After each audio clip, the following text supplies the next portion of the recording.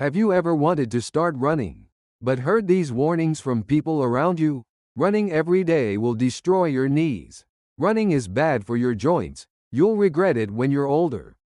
I heard these exact same concerned warnings from my family when I first started running. Even doctors would often say, "It's because of your running. You should stop," whenever I mentioned knee pain. But here's what's going to absolutely shock you. That common wisdom we've all believed might be completely wrong.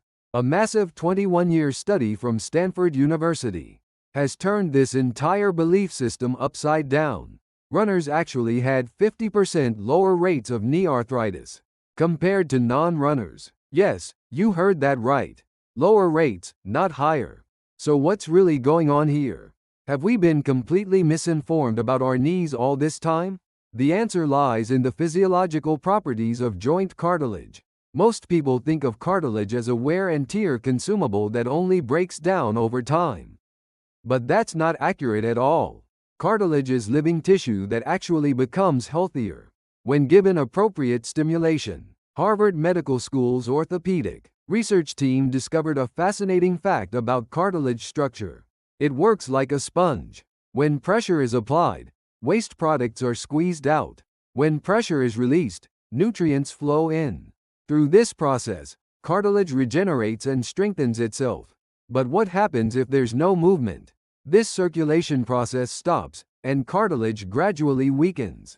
A study from Munich University in Germany shows even more remarkable results. They tracked 2,800 middle-aged adults for 18 years and found that regular runners had cartilage that was 0.7 millimeters thicker on average than non-exercising groups. Thicker cartilage means healthier cartilage. So why do so many people get knee injuries from running? The problem isn't running itself, but incorrect methods. According to injury statistics published by the American College of Sports Medicine, the main causes of running injuries are rapid increases in exercise volume at 35%, improper shoe selection at 28%, incorrect running form at 22%, and insufficient recovery at 15%.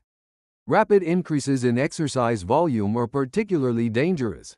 Research from UC San Francisco shows that increasing exercise volume by more than 10% per week increases injury risk by a staggering 240%. The problem wasn't running itself, but starting too aggressively. Another crucial discovery comes from Oxford University in England. Their study of 1,200 runners found that people who ran 30 minutes or less per day had the healthiest knees. However, even those running more than 1 hour daily still had better knee condition than sedentary individuals. This means moderate running is optimal, but even excessive running is still better than sitting around. What's truly amazing are the age-related research findings. Many people think they should stop running as they get older, but the opposite is actually true. The Copenhagen Heart Study followed 5,000 people over 65 and found that the group that continued running had 40% lower mortality rates and 32% lower joint disease rates compared to non-runners. Even more impressive are results from people who started running after age 70. Research from Tokyo University's Sports Science Department found that people who began running after 70 still showed 23% reduction in knee joint inflammation markers within 3 years. This means it's never too late to start running. However, proper technique is crucial. Let me give you specific methods for protecting your knees while running. First is the gradual progression principle. Start with 3 times per week, 20 minutes per session. Never increase more than 10% weekly, and every 2 weeks. Reduce volume once to give your body adaptation time.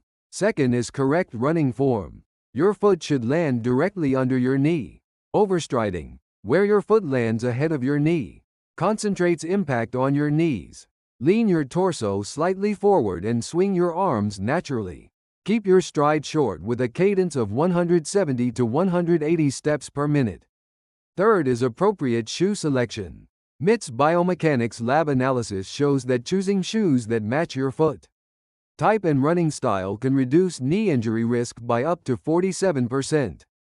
Be careful though, Overly cushioned shoes can actually increase injury risk.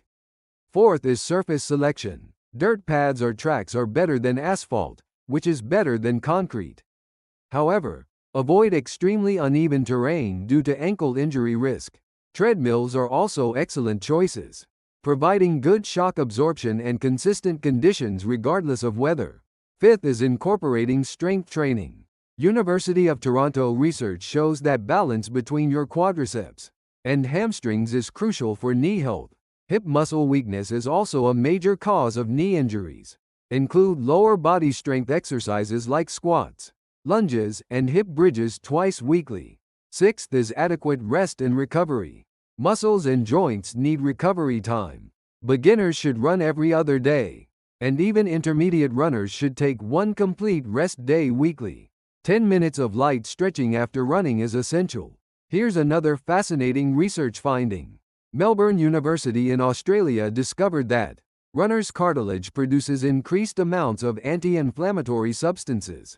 This means running goes beyond just strengthening cartilage to actually suppressing inflammation. French research from Lyon University recently revealed that running improves blood circulation around knee joints, increasing nutrient delivery.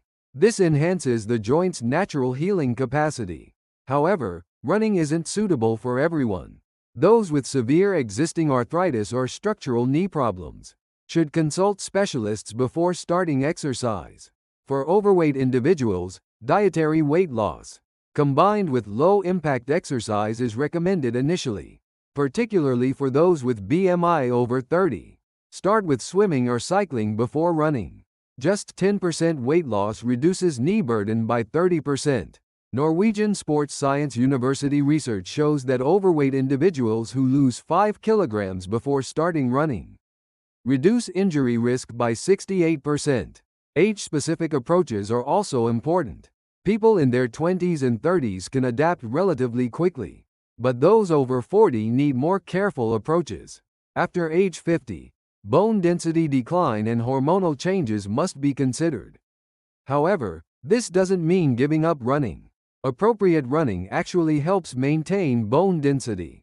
For women, menstrual cycles and menopause must be considered since estrogen level changes affect ligament and muscle flexibility.